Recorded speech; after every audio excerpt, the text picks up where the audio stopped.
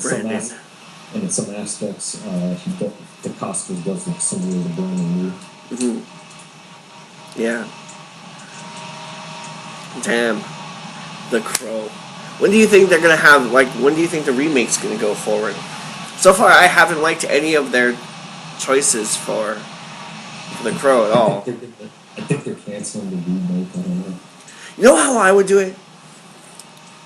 I would do it way back in the day, I did 2 takes of fan fiction on that. One was a little bit more Casey Jones style, but the one I really liked, I had a story where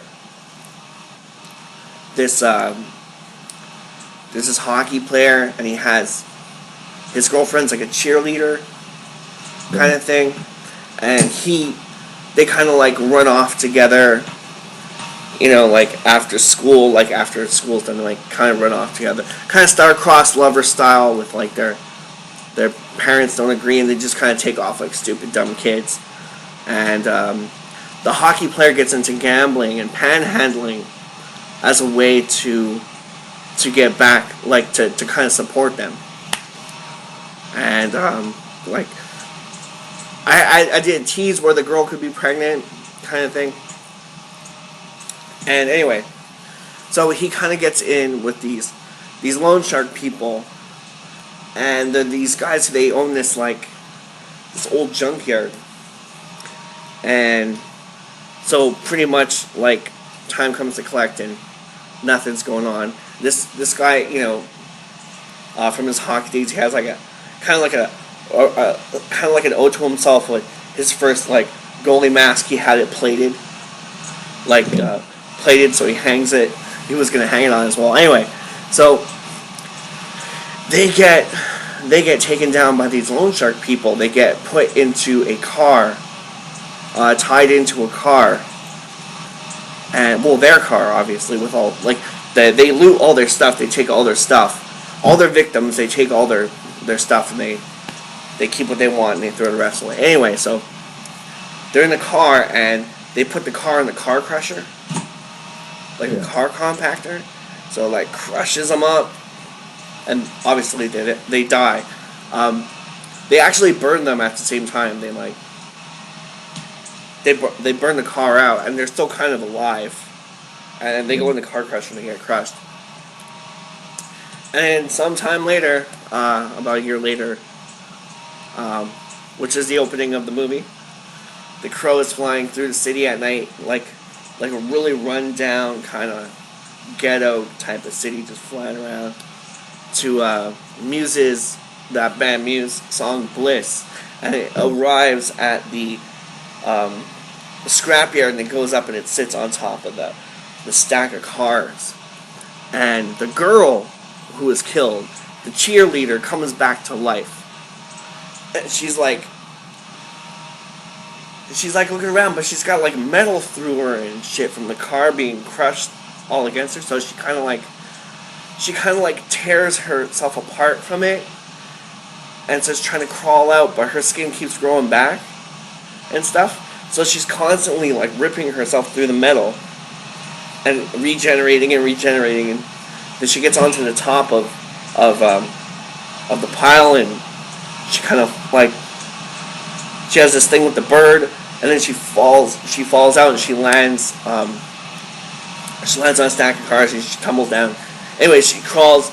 She ends up getting back to the mud and trying to crawl forth, and it's all raining. It's a big storm, thunder, lightning storm, and she's crawling through the mud, and then she gets up, and at every step she's taking, she's feeling other victims of other people who got killed by this fucking terror crew, right? So she's walking through, and she's stumbling and everything like that, and her bones are still resettling, so she's breaking bones and getting her leg breaks, and she gets down and it rejuvenates, coming back, so she's regaining the crow power or whatever, and then she ends up breaking in there, and she ends up finding her stuff that was in there, and then she ends up finding her boyfriend's hockey mask.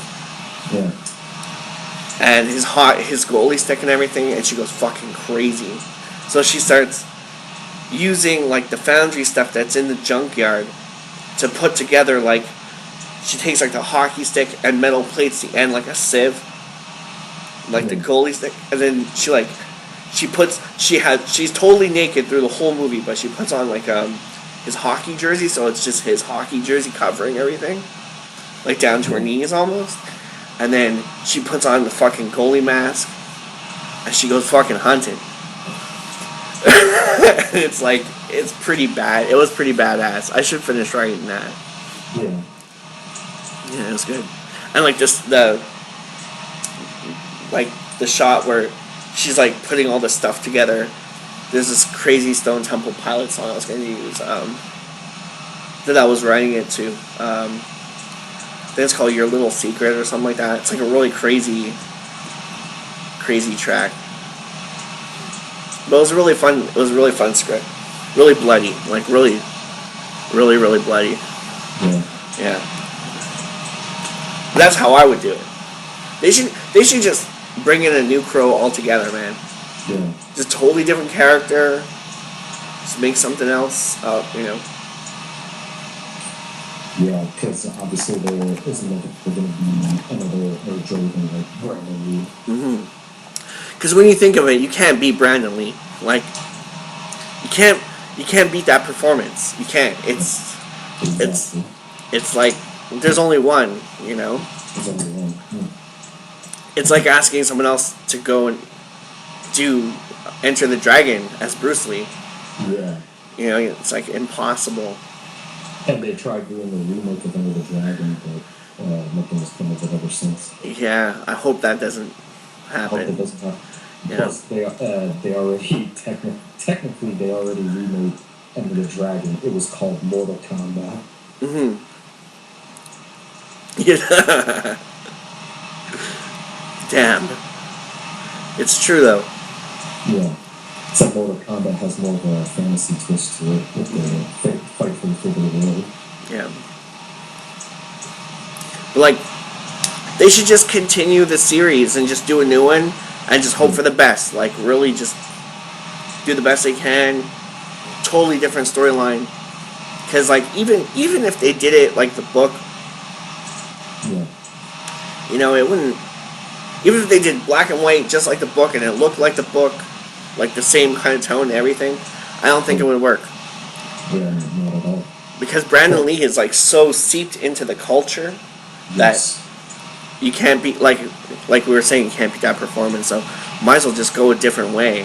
And you know, if people want the book, just read the book. You know. Yeah.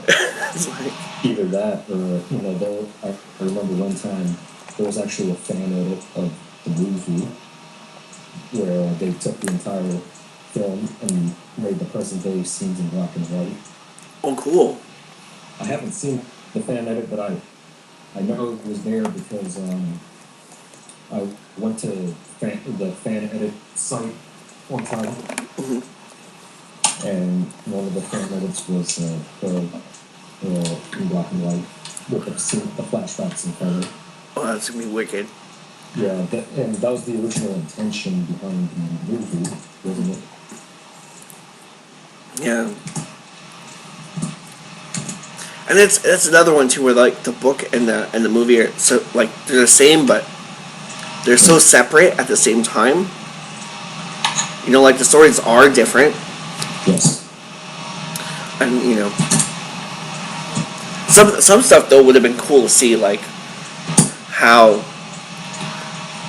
in the movie when the Crow gets hurt, he regenerates, but in the book he doesn't. Like the scars just stay there. You know, like. Yeah. That would have been cool to kind of see. It was a little bit more like a zombie type of thing. Yeah. Yeah.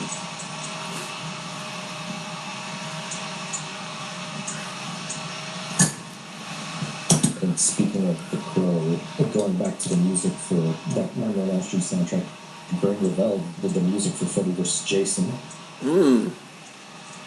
Also, he was also on Lost Highway. Yeah, Lost Highway. And Greg Revell is probably one of the most out of the one this album, probably the most probably the most prolific composer in Yeah. this bunch, because he's done various scores. He did again The Crow, which I still think that's his best score. He also did the score for Street Fighter, starring Jean-Claude Van Damme. Did he do From Dusk Till Dawn? He might. I'm pretty sure I've seen him in a lot of credits, man. Yeah. Uh, Yes, he did do the music for From Dusk Till Dawn. Looking at his credits, it says that he did the scores for The Crow, Street Fighter, Mighty Morphin Power Rangers the movie, From Dusk Till Dawn, The Craft, The Crow City of Angels, The Saint, Spawn, The Negotiator, Ride of Chucky, Titan AE, Lara Croft Tomb Raider, Freddy vs. Jason, Daredevil, and Sin City. Damn. Yeah. Yeah, I got more here too. Apparently he did Gotham, Riddick, Shark Knight 3D, Pineapple Express. Wow. Yeah. Street Kings, Grindhouse, the Planet Terror section, Yeah. Man of the Year. I think that's Robin Williams. Eon Flux, Creating a World. Wow. And Eon Flux, I'm pretty sure that's the movie. I don't think he did the series. Yeah, it would have been better if he did the series. Yeah. Call of Duty 2, The Fog. Games as well. Yeah. Shark Boy and Lava Girl, Assault on Precinct 13. Wow. Chronicles of Riddick. Yeah. He also did the score for Hard Target. Oh, wow. Walking Tall. Yeah, Walking Tall. Man, this guy's got some serious credits, man. Daredevil. Open Water. Collateral Damage. Collateral Damage, yeah. Tomb Raider. The Anne Frank TV series. Blow. Red Planet. Titan AE. Yeah. Pitch Black. Yeah, he did all the Riddick films. Yeah. Wow, The Siege, Negotiator, Suicide Kings. Yeah, wow. This guy's list just goes on forever. Yeah. Child's Play 2, Psycho 4. Wow. Body of Evidence with Madonna. Yeah, and also Strange Days. Oh, yeah. No Escape, Ghost in the Machine. Ghost in the Machine, yeah. Wow. Basketball Diaries. Yeah. Wow. Yeah, Strange Days was good. Yeah. Yeah, Fled. Yeah, this guy's done it all. He has.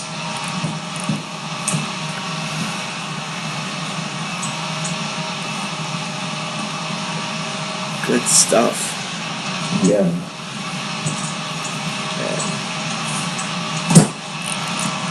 I want to review that Nightmare on Elm Street 3 script that's going around. Is that, correct me if I'm wrong, but is that script that Wes Craven had a hand in doing? Yeah. Yeah. It's really dark. It's way darker than... Like, the excerpts I've seen are way darker than the movie versions. Yeah. Yeah. Of course, they brought in like a new writer, did they, for part 3? I think so. Yeah. I was reading some, like, factoids today that he wasn't, like, Robert Englund wasn't the first choice. I can't remember the guy's name now, but it's this British actor, fuck, I don't remember his name.